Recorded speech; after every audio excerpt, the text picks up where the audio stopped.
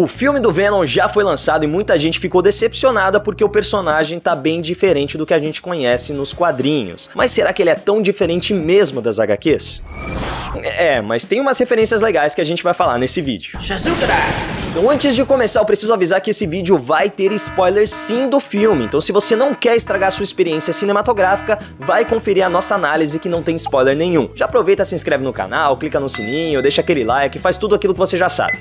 Bom, mas se a gente já fez uma análise do filme, você deve estar se perguntando: por que vocês vão falar de Venom mais uma vez? Bom, o personagem de fato se afasta bastante do que a gente conhece nos quadrinhos, mas sempre tem aquela referência pra galera que é viciada nos personagens. Então a gente vai falar de algumas situações que saíram diretamente das páginas dos quadrinhos, ou das capas, como é o caso da batalha final entre o Riot e o Venom. Então no meio daquela confusão toda, daquela briga de CGI, a gente vê o Carlton Drake separando o simbionte do Ed Brock. Essa cena foi vista na capa da terceira edição de Venom Unleashed Carnage. Só que na arte original quem separa o Venom do Ed Brock é o próprio Carnificina. Também tem uma homenagem muito bacana pro Randy Schuller, e pra quem não conhece a história, a ideia do Venom veio de um fã que enviou uma carta pra Marvel sugerindo que o Homem-Aranha ganhasse um novo traje, que fosse preto e orgânico, dispensando o uso dos lançadores de teia. A Marvel achou essa ideia interessante e comprou ela do fã por $200, entregando pro Todd McFarlane, que trabalhou nela e transformou no Venom que a gente conhece hoje. Então, como uma forma de homenagear esse fã, o Ed Brock no filme mora no edifício Schuller. Mas ele não foi a única pessoa envolvida na criação do Venom homenageado no filme. A noiva do Ed Brock, Annie Wing, trabalha no escritório de advocacia Michelini e McFarlane, homenageando, claro, Todd McFarlane e o David Michelini, que escreveu a história Protetor Letal. E como a gente já sabia, boa parte do filme é baseado na saga Protetor Letal, lançado em 1993. Nessa época, o Venom tinha ganhado muita popularidade entre os fãs do Homem-Aranha e por isso a Marvel decidiu transformar ele em um anti-herói e, é claro, dar uma revista solo e ganhar muito mais dinheiro. Acontece que não tinha como transformar o Venom em um herói de Nova York, porque ele era odiado ou pelo menos temido pela população. Por isso o Ed Brock decide se mudar para São Francisco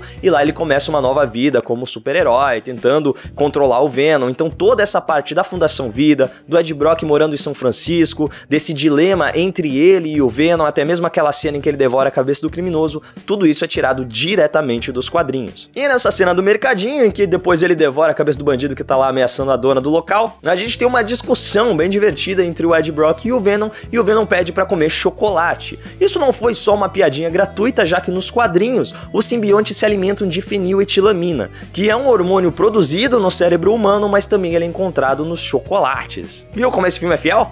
Inclusive, os outros simbiontes que aparecem no filme também estão nos quadrinhos. Infelizmente, eles não duraram muito tempo nos hospedeiros pra gente poder ver eles em ação. A simbionte amarela é a Grito, uma das simbiontes mais caóticas e malignas que a gente tem nos quadrinhos. Enquanto o simbionte azul provavelmente é uma referência à Agonia, que na verdade é roxa nos quadrinhos, mas é que mais se aproxima dessa cor, então deve ser ela. E ela foi assassinada pela própria irmã. Na verdade, nos quadrinhos, a Grito assassina todos os outros simbiontes que se unem em um novo chamado de híbrido. E provavelmente aquela fusão entre o Ed Brock e o Carlton Drake que a gente tem lá no final, que dá um simbionte bizarro, é mais uma homenagem para esse outro personagem dos quadrinhos. Agora, muita gente ficou decepcionada porque esperava ver o Clarim Diário sendo mostrado lá e o nosso novo JJ Jameson. Mas em vez disso, nós vemos o Ed Brock trabalhando no Globo Diário. Acontece que nos quadrinhos o Ed Brock de fato trabalha no Globo Diário, que é uma espécie de concorrente do Clarim Diário, inclusive o editor-chefe de lá, o Barney Bush, que é uma espécie de arqui-inimigo do JJ Jameson. Então até aí tudo certo. E por falar no JJ Jameson, o filho dele também aparece no filme. Nos quadrinhos, o Jameson Jr. se torna um astronauta e tá bem interligado, bem conectado com a história do Venom. Ele inclusive se torna um dos hospedeiros do Carnificina. Mas aqui, logo na cena de abertura, quando a gente vê a nave da Fundação Vida caindo na Terra, ele é o astronauta que sobrevive à queda da nave e se torna o primeiro hospedeiro do Riot. E é claro que não podia faltar a participação do Stan Lee. Então depois de se despedir da Annie, o Ed Brock passa pelo Stan Lee e ele fala: não desista dela, vocês dois, deixando claro que ele já sabia o que estava acontecendo aqui e reforçando ainda mais aquela teoria de que ele seria um vigia e sabe tudo o que acontece na nossa galáxia. Apesar da gente já ter visto ele se reunindo com os vigias lá em Guardiões da Galáxia 2 e o visual ser bem diferente, mas até aí ele pode ser um vigia especial, né? Um vigia super saiyajin.